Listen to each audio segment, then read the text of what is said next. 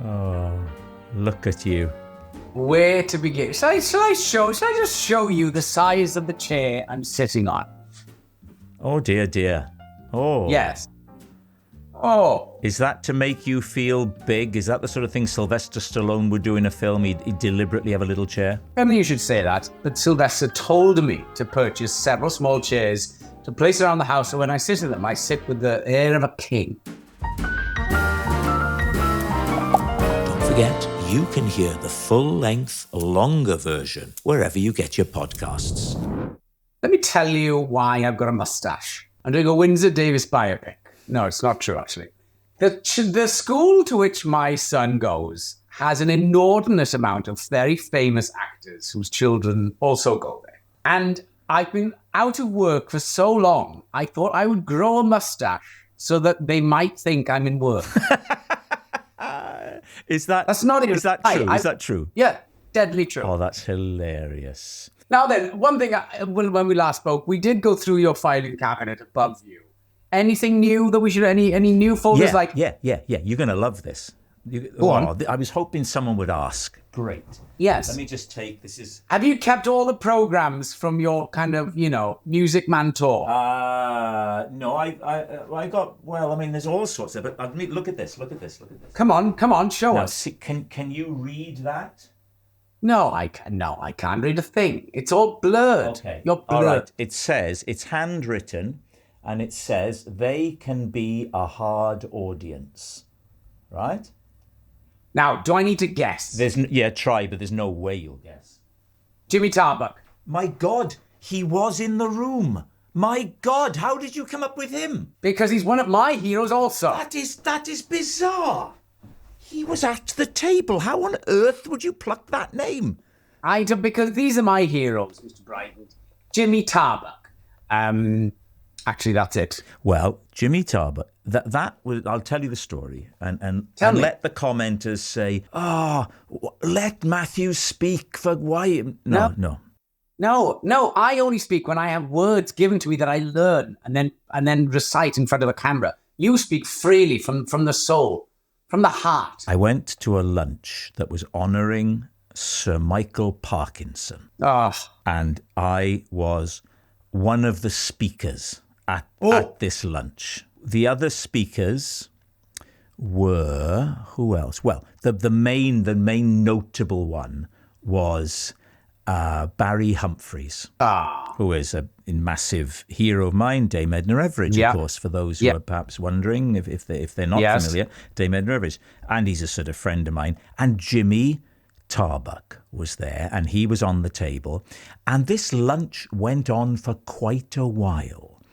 And by the time we got to the speeches, and I was going to be the last speaker, Barry had elected to go first. Barry did his thing, and it was wonderful. But there were quite a few other speakers. And as it went on, the audience became a little distracted. So I had the lovely thing. I noticed Barry scribbling something down on a bit of paper on the opposite side of the table. And then with a malicious, malevolent grin, he held it up. They can be a hard audience.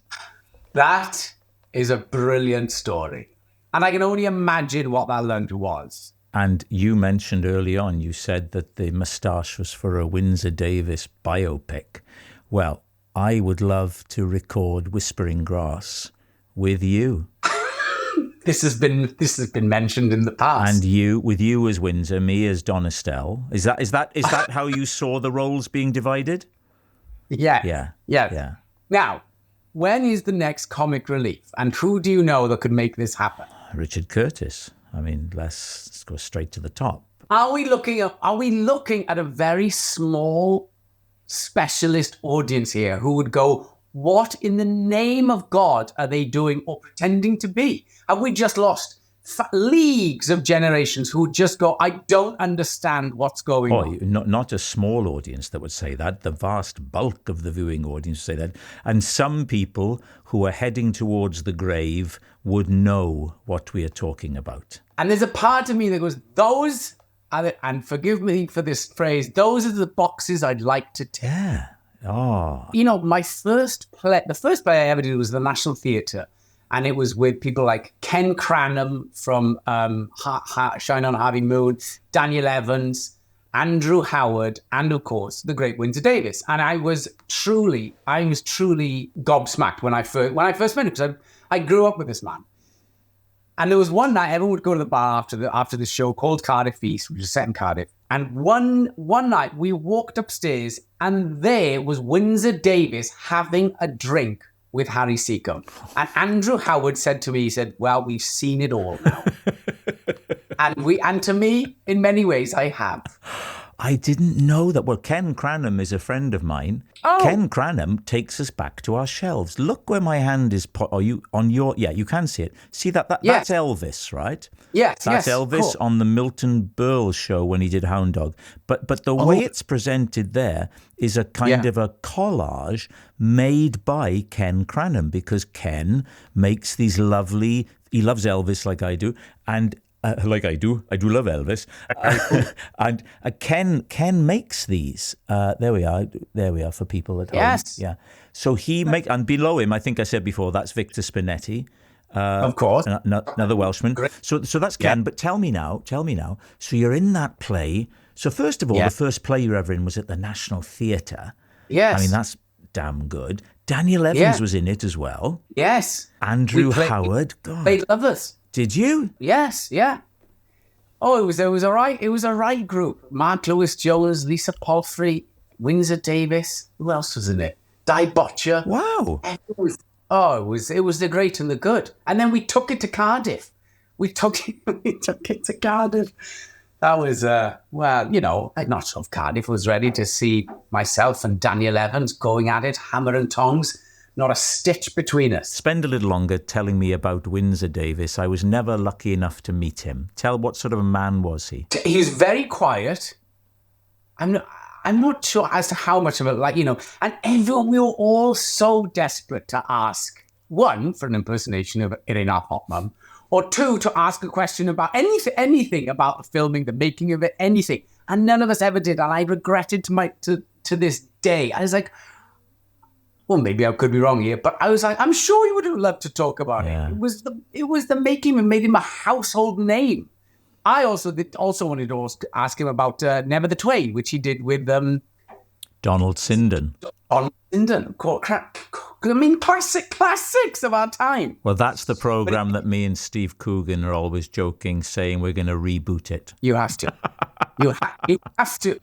I mean, that's right for a remake. But I do remember one of the things. He was so old school. The one thing, he used to do that thing, I'm sure Victor Spinetti did the same.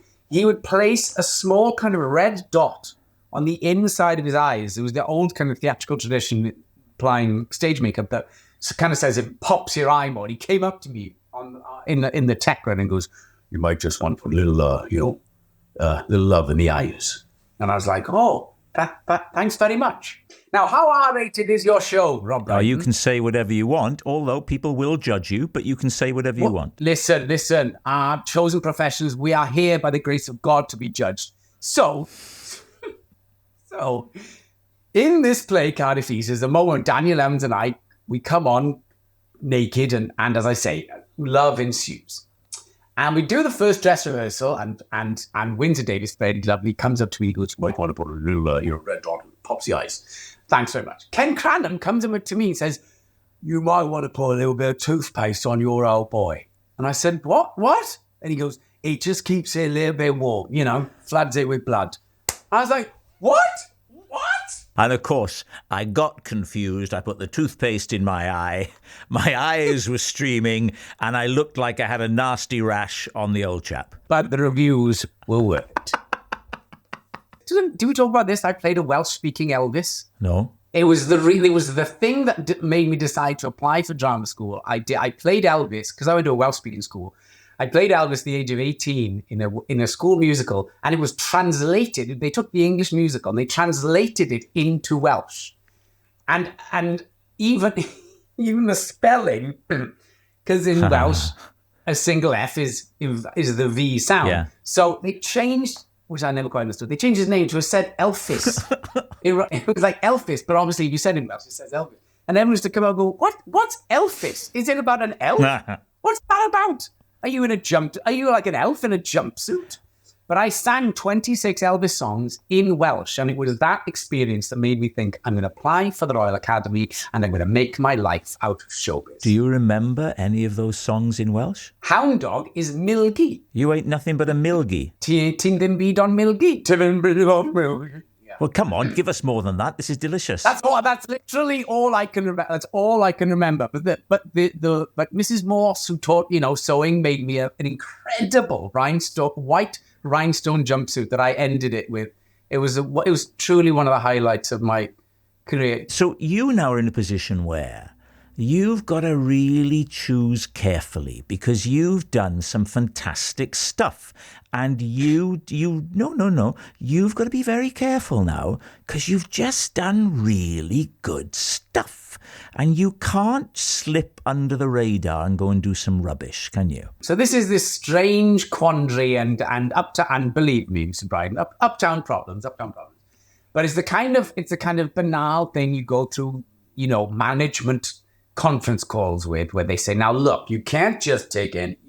We're in a hot spot now. We got to ride this one out. You're on the back of the stallion, and we're into the 8th furlong, and you have no idea what they're talking about. They keep kind of saying you can't take this job anymore. And you can't take that any job because what do they call your thing? He's going to lower. Your currency is going to lower, and you're like, right. But at some point, can I do something?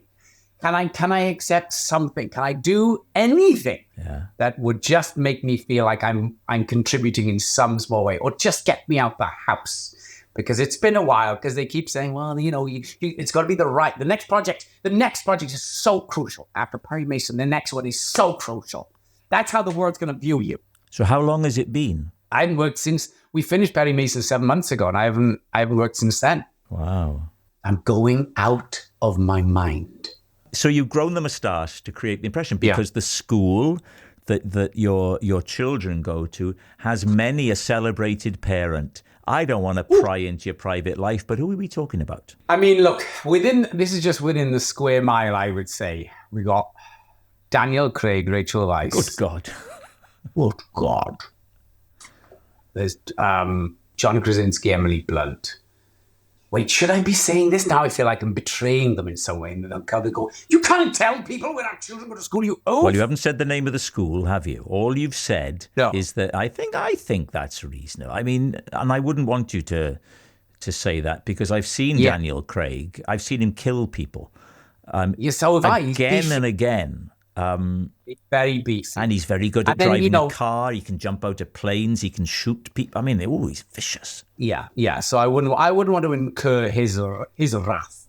But neighborhood-wise, it's quite showbiz towers around here.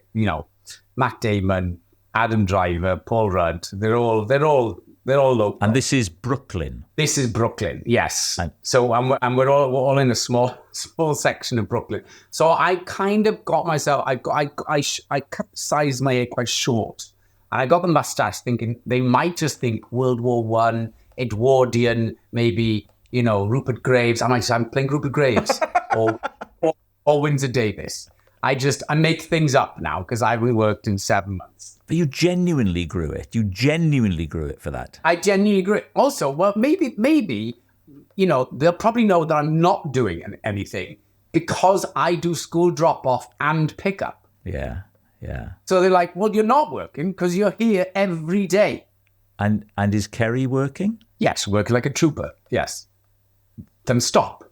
Netflix shows. So as you do the school run and you drop off and pick up, and that's wonderful. That's an investment in your relationship with your children. You can't buy that sort of thing. You will have in your head now, Matthew Rhys will have an idea of what he wants to do. Is he gonna get together with Michael Sheen and go to Broadway for the Sunshine Boys? Now that I could see the two of you doing that. How then? Or you and Rhys fans doing that. So, me and Sheen used to live together. Yes, of course. We rekindling. Well, maybe you'll cut this bit out, but let's just talk about it quickly. Have you ever seen a film called Staircase with Rex Harrison and Richard Burton. David Walliams, some years ago, said to me that he and I should do that. But I would be the first to admit that Michael Sheen and Matthew Rhys is a far more sexy proposition. Have you seen the film? Only bits of it. I know all about it. Oh, it would be deemed very offensive in this day and age. But one of the greatest reviews I read about them, because they're as camp as Christmas in it. And it says, Richard Burton and Rex Harrison, two of the world's biggest heterosexuals playing two of the world's most unlikely homosexuals. Or unconvincing homosexuals. It wasn't their best moment. But that, I mean, I would gladly do a stage version of Staircase with Sheedy. So here's the other thing. Over the 7 months is because, some things did well. Perry Mason did relatively well. So then you're approached by a number of people to start developing. So I'm in the midst of development hell, where there are about 10 projects, books mainly, that you're in constant Zoom meetings about. Notes on treatment, notes on the script. Who do we pitch to next? You're just in this round robin flurry of pitching to people like Apple and Amazon and Netflix and HBO, going, oh, this project is my life's work. and like my agent said, you've got to sort of say, this is the most important project, because you said that a few times now. You said that about the last one we picked for, and they were there for that. You're like, all right. So I'm in development for a number of things. But I suppose the one thing that I'm genuinely excited about, that I've been trying to get made for so long, is a story of Owain Glyndŵr. Right, yeah. And that's been the uphill slog. That's been about a 12-year development, obviously. Explain for people who aren't aware. If they don't know Windsor Davies, they may not know Owain Glyndŵr. Right.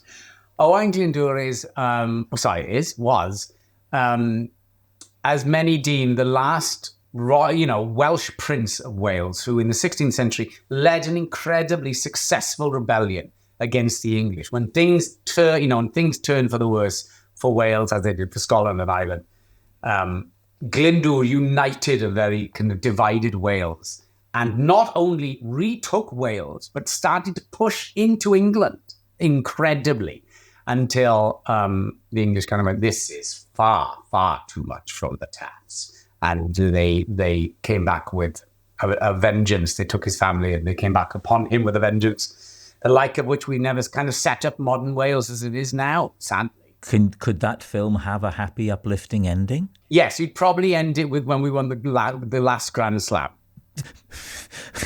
That's quite a leap. Yes, you do that quick throw. Have you been back to Wales lately, Matthew? Not since last summer. I took Sam, the youngest. He took him back for his proper. We'd missed so much because of COVID. I took him back. My father's from Mid Wales, so I took him back to the farms up Mid Wales and made him work with livestock and feed cattle and introduce him to his roots. But we'll be going back again. Funnily enough, it's really stayed with him. So he's always talking about, when are we going back to the farm? Which farm is this? This is a farm in Pennal, just outside Machynlleth, which you can go and stay at because it has B&B, offers bed and breakfast. And it was the farm where my father was born and raised. It's still being farmed by the family. So it's a magical place. That's another thing I'm in the middle of development is a play about Dylan Thomas in New York. Yes. And it always opened, the pitch always sounds like this. You always kind of go, we're so excited. Great to meet you. So excited we take this meeting. So, tell us, what do you want to talk about? So, well, as you know, Dylan Thomas, and you just see him go. They're like, boys, Welsh men, come on. But you know that Tom Hollander has done a thing about. I mean, I didn't see it, but I heard he was very good. He was incredibly good. Yeah. He was incredibly good at that. He kind of, in a way that, sometimes you see some performances and they depress you. You go, yeah. It was one of those. I kind of limped away from that one. Kind of I know him, Tom. He's lovely, but I resented him more. A part of me died when I saw that performance. Listen now, I'm looking at the clock and I'm thinking to myself, he must be thinking he's got things to do. You want to walk around Brooklyn holding a script in your hand as if you're learning something. That's another thing I do. I do go to the coffee shops and I pretend, and I'm on the iPad swiping as if I'm reading something, but I'm not. I'm kind of on Twitter fumbling. I feel ashamed. I've had nothing to talk to you about in this conversation, as I've tried desperately to claw myself some kind of existence.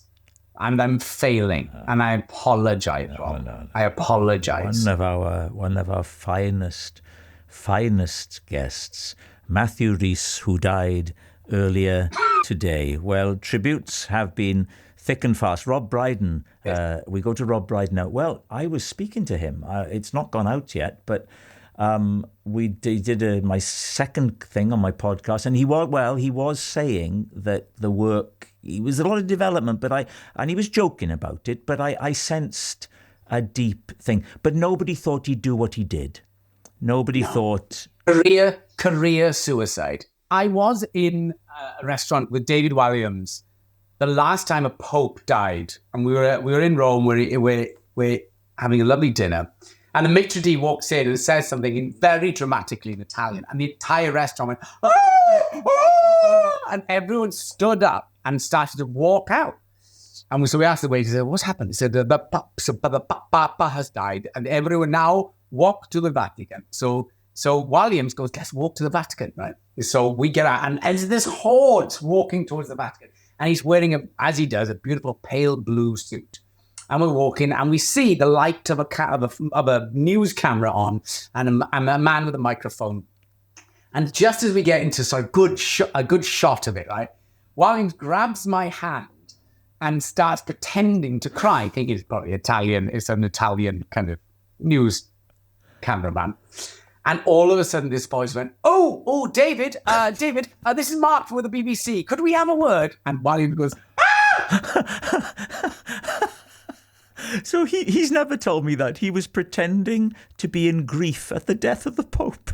Yes, wearing a pale blue suit, holding my hand. He played Frankie Howard, David, in one of those BBC biopics. I did one where I played Kenneth Cranham. He did one where he played Frankie Howard, and I phoned him up the next day, and I said, "I saw you last night in that thing."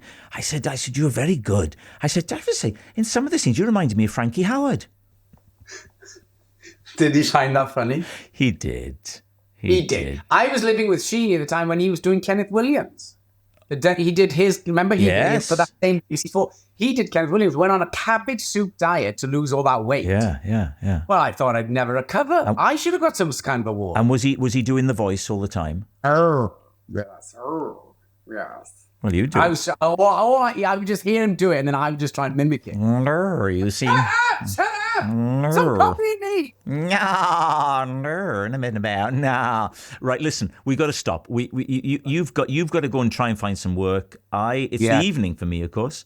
So what are you gonna have for your dinner? I don't know. Tonight you probably don't eat after 6 p.m, do you? I say that. You're one of them. I've had a carb since 1989. What are you talking about? No, far from it. No. Look at you. Lithe as a whip. No, that's my long face, Matthew. That's all that is. Face of a horse. If only it didn't stop at the face. Now look, I'm going to go. I'm going to leave you.